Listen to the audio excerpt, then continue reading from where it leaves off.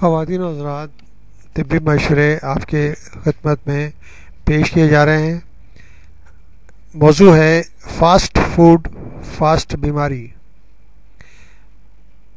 پہلی دنیا ہو یا تیسری دنیا، جو لوگ شہروں میں رہتے ہیں ان میں سے بیشتر نے کم از کم ایک دفعہ تو برگر، فرائیڈ چکن اور پزا تو کھایا ہوگا، لیکن جن لوگوں کو مذکورہ کھانا مہنگا لگتا ہے انہوں نے اس کے متبادل کے طور پر بند کباب یا بریڈ کباب تو یقیناً خریدا ہوگا۔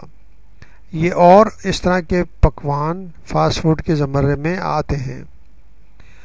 فاسٹ فوڈ کی خوبی یہ ہے کہ آسانی سے دستیاب ہے، مزیدار ہے، فوری طور پر کھایا جا سکتا ہے، اور نہ بھی کھایا جا سکے تو آپ اسے ایک لفافے یا بیگ میں رکھ کر جہاں چاہیں لے جا سکتے ہیں۔ ان خوبیوں کی بنیاد پر اس کی لت بڑی آسانی سے لگ سکتی ہے، بالخصوص بچوں کو۔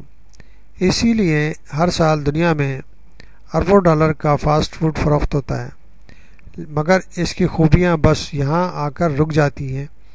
اگلا مرحلہ ہے خرابیوں کا۔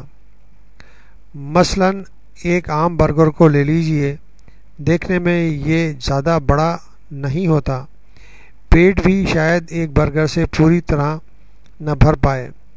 اس کے باوجود ایک عام روایتی پکوان کے مقابلے میں اس برگر میں اتنی کیلوریز ہوتی ہیں جو انسانی جسم کی ضرورت سے کہیں زیادہ ہوتی ہیں۔ یہی جسم میں چربی کی شکل اختیار کرتی ہیں۔ ورزش کرنے کی فرصت نہیں ملتی، زندگی کی مصروفیت اور تناسانی اور بار بار فاسٹ فوڈ کی طرف لے کر جاتی ہے۔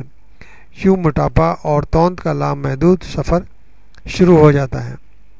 ایک دفعہ آپ جو فاسٹ فوڈ کھاتے ہیں اس میں ایک روایتی برطانوی پکوان کے مقابلے میں 1.5 گنا اور روایتی انڈین ڈش کے مقابلے میں 2.5 گنا کیلوریز ہوتی ہیں۔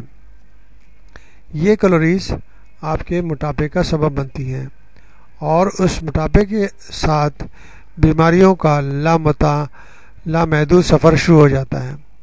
اس میں شکر کی بیماری، diabetes, high blood pressure, chest pain یا ہارٹ انجائنا کی بیماری یا ہارٹ اٹیک، یہ سب بیماریاں اس فاسٹ فوڈ کی وجہ سے ہو سکتی ہیں۔ اور آج کل تو یہ بیماریاں بڑی عمر کے بجائے ینگ لوگوں میں زیادہ نظر آنے لگی ہیں، اور اس کے علاوہ بچوں میں بھی موٹاپے کا سبب بنتی ہیں۔ اس وجہ سے ہم آپ کو بتانا چاہتے ہیں کہ فاسٹ فوڈ کا مطلب ہے فاسٹ بیماری۔ فاسٹ فوڈ سے بچیے، گھریلو تیار شدہ غذا استعمال کیجیے، تو آپ بے شمار بیماریوں سے بچے رہیں گے۔